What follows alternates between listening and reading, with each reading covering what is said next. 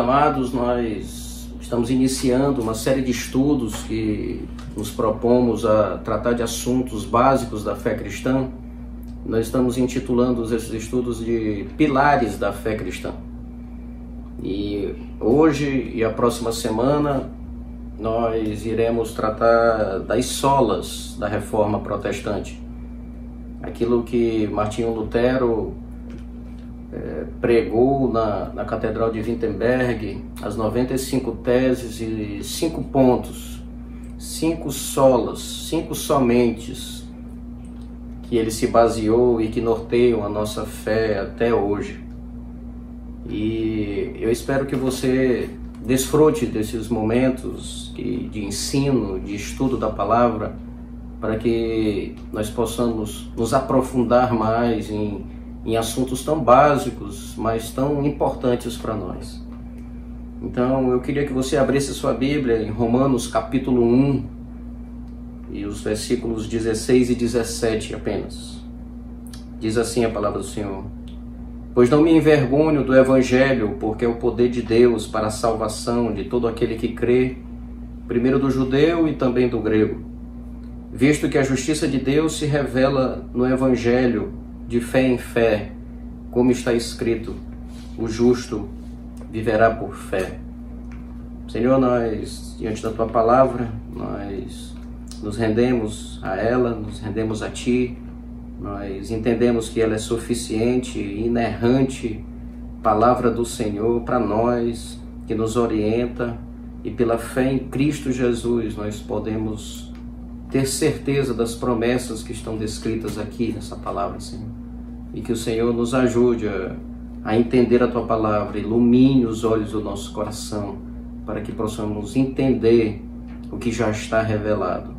Fica conosco aqui, Senhor, e também entregamos esses estudos diante de Ti, e que seja feito tudo para a Tua glória. Nós oramos em nome de Jesus. Amém. Insatisfeito com a Igreja Católica e com como eles estavam tratando as coisas de Deus, Martinho Lutero deu um brado de libertação e proclamou o que nós chamamos hoje de Reforma Protestante. Em 31 de outubro de 1517, ou seja, há 503 anos atrás, Lutero escreveu uma lista de críticas sobre as indulgências, num texto que ficaria conhecido como as 95 teses. Era comum naquele tempo alguém elaborar algumas teses teológicas e discutir com outras pessoas, discutir no bom sentido. E Martinho Lutero foi muito perspicaz, porque foi na véspera do feriado de Todos os Santos, ele colocou na Catedral de Wittenberg as 95 teses que ele propôs. Isso era comum naquele tempo. Mas em pouco tempo, o que parecia somente mais um documento pregado nas portas desse castelo, se tornou um documento com um número de cópias muito alto. Ninguém conhecia Lutero até então.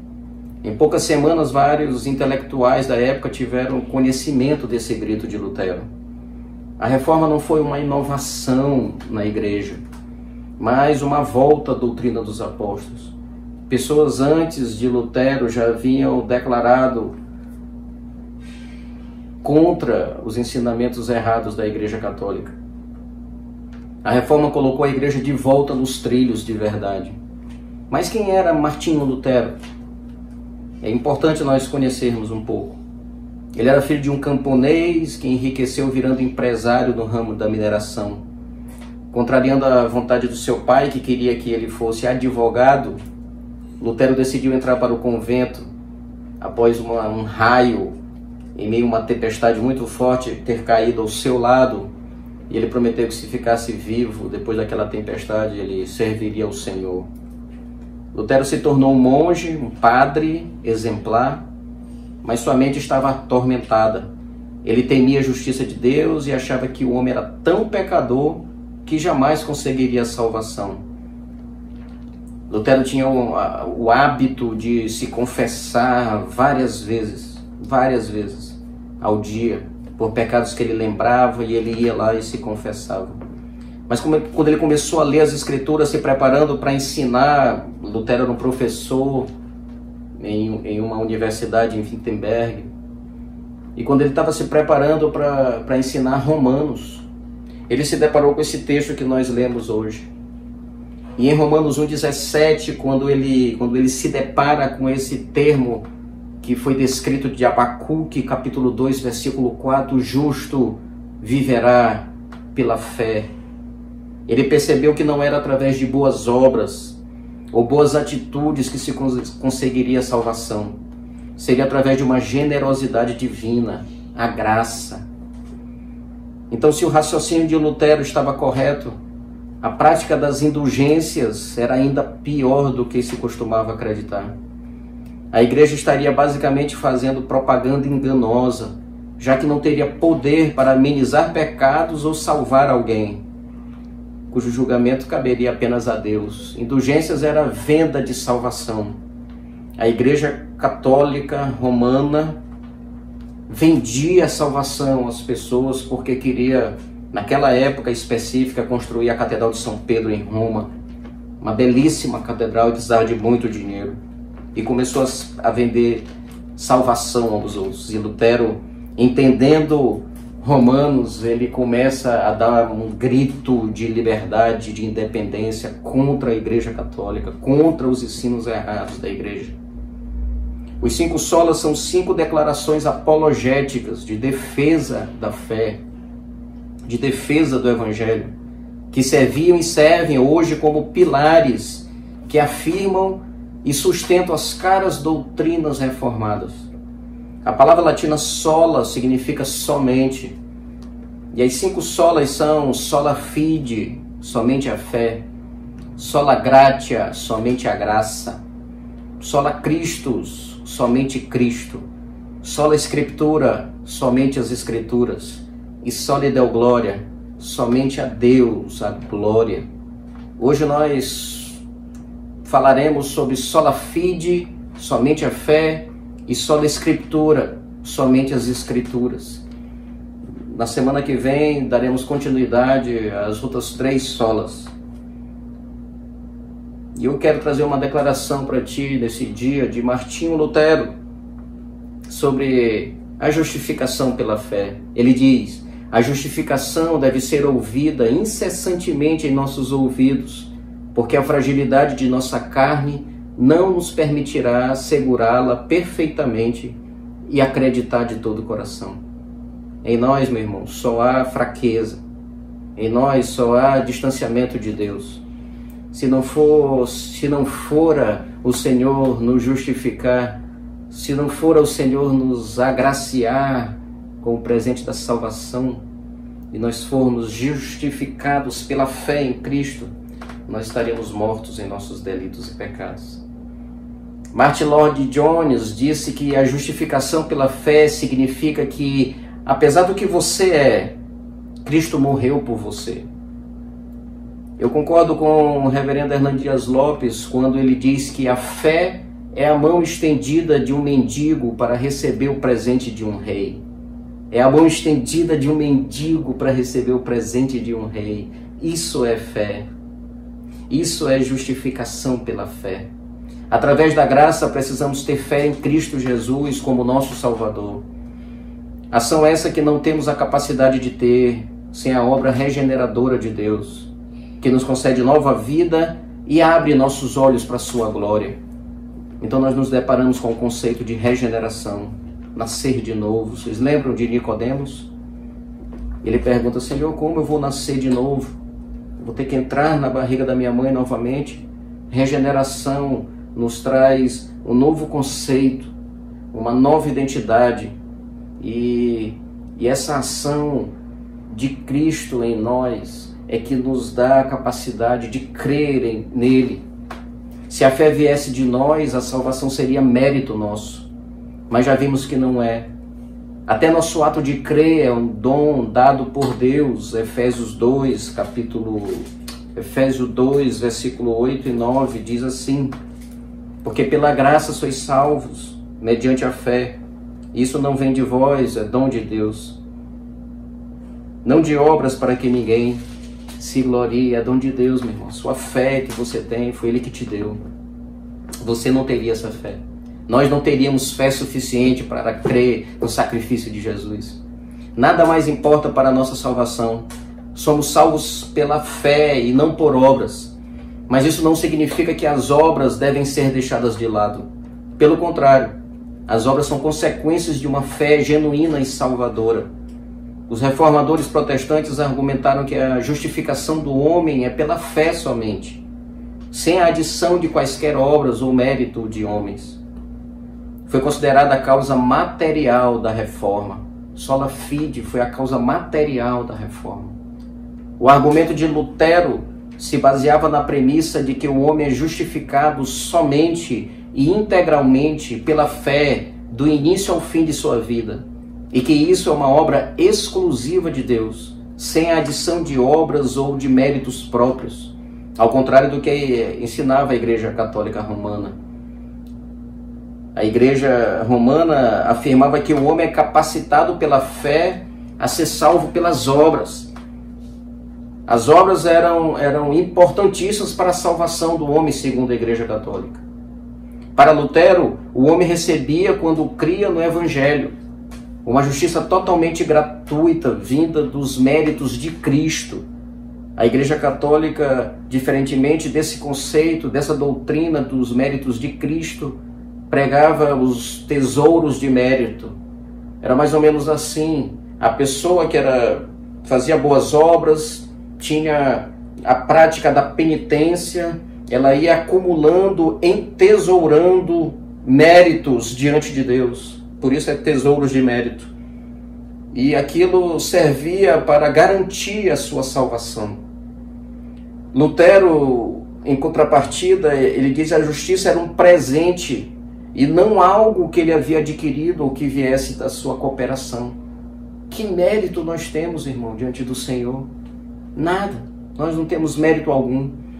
Então nós precisamos trazer agora um conceito muito importante para nós, que é justificação. Mas o que significa esse termo? Justificação é um ato e não um processo. É um ato instantâneo, único e legal de Deus, declarando a pessoa justa. Não há um justo sequer. Romanos 3,10. Não há, meu irmão. Você não é justo, eu não sou justo, nosso pastor não é justo. Não há uma pessoa que seja justa. Só houve um. E o nome dele é Jesus, e é por conta dele, pelos méritos dele, pelo sacrifício dele, que nós fomos declarados justos e justificados somos por aquele sangue que foi vertido ali na cruz. É por causa de Cristo, não por causa de nós. Não há um justo sequer. É um ato de Deus em resposta à nossa fé, mas não significa que nossa fé tenha algum mérito diante de Deus. A justificação se baseia unicamente nos méritos de Cristo. Romanos 3,24 diz assim: sendo justificados gratuitamente por sua graça, mediante a redenção que há em Cristo Jesus. É tudo por Ele, para Ele, por conta dEle, por meio dEle, através dEle. Foi Ele que fez tudo, nós não temos nada a fazer. Só reconhecê-lo como Senhor e Salvador. E o Senhor nos declara justo. É um ato legal, um ato forense, um ato jurídico. Ele nos declara justo porque nós não merecíamos a salvação. Nós merecíamos o fogo eterno. Martinho Lutero também disse assim: somos considerados simultaneamente pecadores e justos. Que lindo! Nós somos pecadores. Nós não vamos nos desabraçar dos pecados, mas nós somos declarados justos por aquele que é o dono de todas as coisas, Rei dos reis e Senhor dos senhores. Então esse conceito de sola fide, a fé somente em Cristo, a fé que nos justifica, a fé que por conta dela, a fé que nós temos pelo sacrifício de Cristo, somos justificados por conta disso. Esse conceito precisa estar claro no nosso coração. Somente a fé, sola fide. E o outro tema, a outra sola de hoje é a sola escritura. E Martinho Lutero disse assim: Nenhum dano maior pode acontecer ao povo cristão do que ter a palavra de Deus tirada dele ou falsificada de maneira que ele não mais a tenha pura e clara. Que Deus conceda que nós e os nossos descendentes não sejamos testemunhas de tamanha calamidade. Meu irmão, o que nós temos visto aqui é uma distorção terrível das Escrituras. O que nós temos visto de vários teólogos, de várias pessoas que ministram a palavra, é uma distorção da única e suficiente palavra do Senhor. Nós não podemos acrescentar nada às Escrituras, nem retirar delas quaisquer de seus ensinamentos. A palavra de Deus, ela é inspirada, inerrante, infalível e suficiente. A sua origem não é humana, mas divina. Ela é inerrante quanto ao seu conteúdo. Ela é infalível quanto às suas profecias e suficiente quanto ao seu propósito. Essa sola escritura, foi considerada a causa formal da reforma. Martinho Lutero foi muito perseguido depois que ele pregou as 95 teses na Catedral de Wittenberg. E foi chamado às conversas da Igreja Católica Romana diversas vezes. E em uma dessas vezes pediram a ele para se retratar de tudo aquilo que ele tinha dito e pregado. E ele disse assim, uma frase muito conhecida de Lutero: portanto, a menos que eu seja convencido pelos testemunhos das Escrituras ou pelo mais claro raciocínio, a menos que seja persuadido por meio das passagens que citei, a menos que assim submetam minha consciência pela palavra de Deus, não posso retratar-me e não me retratarei, pois é perigoso a um cristão falar contra a consciência. Aqui permaneço, não posso fazer outra coisa. Deus queira me ajudar. Amém. Nós temos na Bíblia a revelação suficiente da vontade de Deus. Creio que ela, e nós cremos, temos que crer nisso, ela é verdadeira e contém tudo aquilo que o homem precisa saber. Deus operou na história para completar o cânon bíblico e nada deve ser retirado ou acrescentado.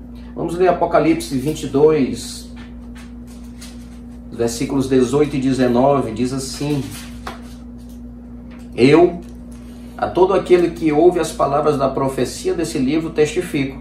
Se alguém lhes fizer qualquer acréscimo, Deus lhe acrescentará os flagelos escritos nesse livro. E se alguém tirar qualquer coisa das palavras do livro dessa profecia, Deus tirará a sua parte da árvore da vida, da cidade santa e das coisas que se acham escritas nesse livro. Já está tudo revelado, meu irmão. As Escrituras são suficientes, elas são inerrantes. Não há nada que eu tenha que acrescentar a essa palavra. Por isso que nossa oração tem que ser para que o Senhor ilumine o nosso coração, os nossos olhos espirituais, para que entendamos o que já está revelado. Mesmo sendo escrita por mãos humanas, foi inspirada por Deus, e todas as suas palavras estão de acordo com a sua soberana vontade, servindo para o nosso ensino, repreensão, correção e instrução. 2 Timóteo capítulo 3, versículos 16 e 17 diz assim: toda a Escritura é inspirada por Deus e útil para o ensino, para a repreensão, para a correção, para a educação na justiça, a fim de que o homem de Deus seja perfeito e perfeitamente habilitado para toda boa obra. Não precisamos de outras fontes de revelação, e tudo que lemos e ouvimos deve ser analisado com base nas Escrituras. Na época de Lutero, muitas outras coisas tinham autoridade, junto com as Escrituras. As decisões dos concílios eclesiásticos, as tradições da igreja, as bulas papais. O que o Papa dissesse, o famoso ex-cátedra, era considerado como a própria voz de Deus e ninguém ousava dizer que estava errado, mesmo em discordância com a Bíblia. De acordo com a teologia reformada, nenhuma voz na Igreja de Cristo pode se elevar acima da Escritura Sagrada, inspirada pelo Espírito Santo para conduzi-la em toda a verdade. Cristo é o cabeça da Igreja e Ele a governa segundo os preceitos estabelecidos na Escritura. Nenhum líder, nenhuma denominação cristã, nenhum concílio, nenhum costume, nenhuma tradição tem valor normativo para a igreja cristã. Sola Scriptura, somente as Escrituras. Precisamos entender também o que essa sola não significa. Não quer dizer que agora não daremos ouvidos às orientações da nossa liderança, dos pastores, dos nossos supervisores. Estamos e sempre estaremos debaixo da autoridade de nossos líderes, desde que os mesmos estejam debaixo das autoridades das Escrituras. As Escrituras é o nosso termômetro. Elas é que dão o norte, elas são nossa regra de fé e prática, irmão. E a minha oração nesse dia é que à luz da reforma, nós continuemos lutando pela verdade bíblica acima de todas as coisas. Lutero argumentou a partir das Escrituras que a justificação é do princípio ao fim uma obra de Deus. É somente através da fé, sola fide, que o homem pode abraçar a graça de Deus, sem qualquer crédito para si mesmo. Não pense que você é um ungido de Deus que agora tem fé em Cristo Jesus por sua conta. Nada disso. Nós lemos em Efésios, a nossa fé vem de Deus. Lutero também argumentou que a Escritura somente, sola Scriptura, e não papas ou concílios tinham poder exclusivo de cativar a consciência do cristão. Eu queria ilustrar a questão da sola Scriptura com você em Deuteronômio 17, versículos 18 e 20. Eu queria que nós atentássemos para esse texto. Deuteronômio, capítulo 17, versículos 18 a 20, diz assim: Também quando se assentar no trono do seu reino, escreverá para si um translado dessa lei num livro, do que está diante dos levitas sacerdotes. E o terá consigo e nele lerá todos os dias da sua vida, para que aprenda a temer o Senhor seu Deus, a fim de guardar todas as palavras dessa lei e estes estatutos, para os cumprir. Isso fará para que o seu coração não se eleve sobre os seus irmãos e não se aparte do mandamento, nem para a direita, nem para a esquerda, de sorte que prolongue os dias no seu reino, ele, seus filhos e no meio de Israel. Isso aqui é a orientação para todos os reis. Nos dá uma boa ideia sobre sola Escritura. Aprendemos que a primeira tarefa de um novo rei era escrever em um rolo, palavra por palavra, a sua própria cópia da lei de Deus, o Pentateuco à época. Era a sua primeira tarefa. A sua primeira tarefa não era nomear seus oficiais ou redecorar o palácio, como nós vemos aqui nos presidentes da República, nos governadores, mas copiar grandes porções das Escrituras à mão. Essa seria a sua cópia pessoal, a qual ele leria pelo resto da sua vida. Ele deveria copiá-la lentamente, para que ele ficasse no seu coração e ele passasse isso aos seus filhos e a todo Israel. Como está a tua leitura bíblica? Como está o teu envolvimento com as Escrituras? Será que nós precisamos mesmo do retorno às Escrituras? John MacArthur disse: a Escritura é, portanto, o perfeito e único padrão da verdade espiritual, revelando infalivelmente tudo o que precisamos acreditar para sermos salvos e tudo o que precisamos fazer para glorificar a Deus. Isso, nem mais nem menos, é o que sola Escritura significa. Sola Escritura definitivamente nos mostra Deus que sempre fala a verdade, nunca se contradiz e sempre demonstra ser de confiança. E sobre a fé, temos fé? Nossa fé está devidamente ajustada em Cristo Jesus? Em quem nossa fé está depositada? Não há nada que possamos fazer, meu irmão e minha irmã, para sermos salvos e para que Deus nos ame mais ou menos. Nossas obras são frutos de nosso amor por Deus. E eu encerro lendo duas citações de Martinho Lutero. Ele diz: minha consciência é escrava da palavra de Deus. E a segunda citação diz assim: fiz uma aliança com Deus, que Ele não me mande visões, nem sonhos, nem mesmo anjos. Estou satisfeito com o dom das Escrituras Sagradas, que me dão instrução abundante em tudo o que preciso conhecer, tanto para esta vida, quanto para o que há de vir. A minha oração é que a sua fé esteja depositada em Cristo Jesus, que fez tudo naquela cruz, e que a Escritura Sagrada seja o teu norte, o teu alimento diário para a glorificação do nome de Cristo. Nós ainda temos uma caminhada até a glorificação, mas que até lá possamos ser perseverantes na doutrina dos apóstolos que estão escritas aqui, e que possamos caminhar em vitória até a consumação dos séculos. Que Deus te abençoe, meu irmão, e que as Escrituras Sagradas possam ser presentes na tua vida e da tua família. Em nome de Jesus.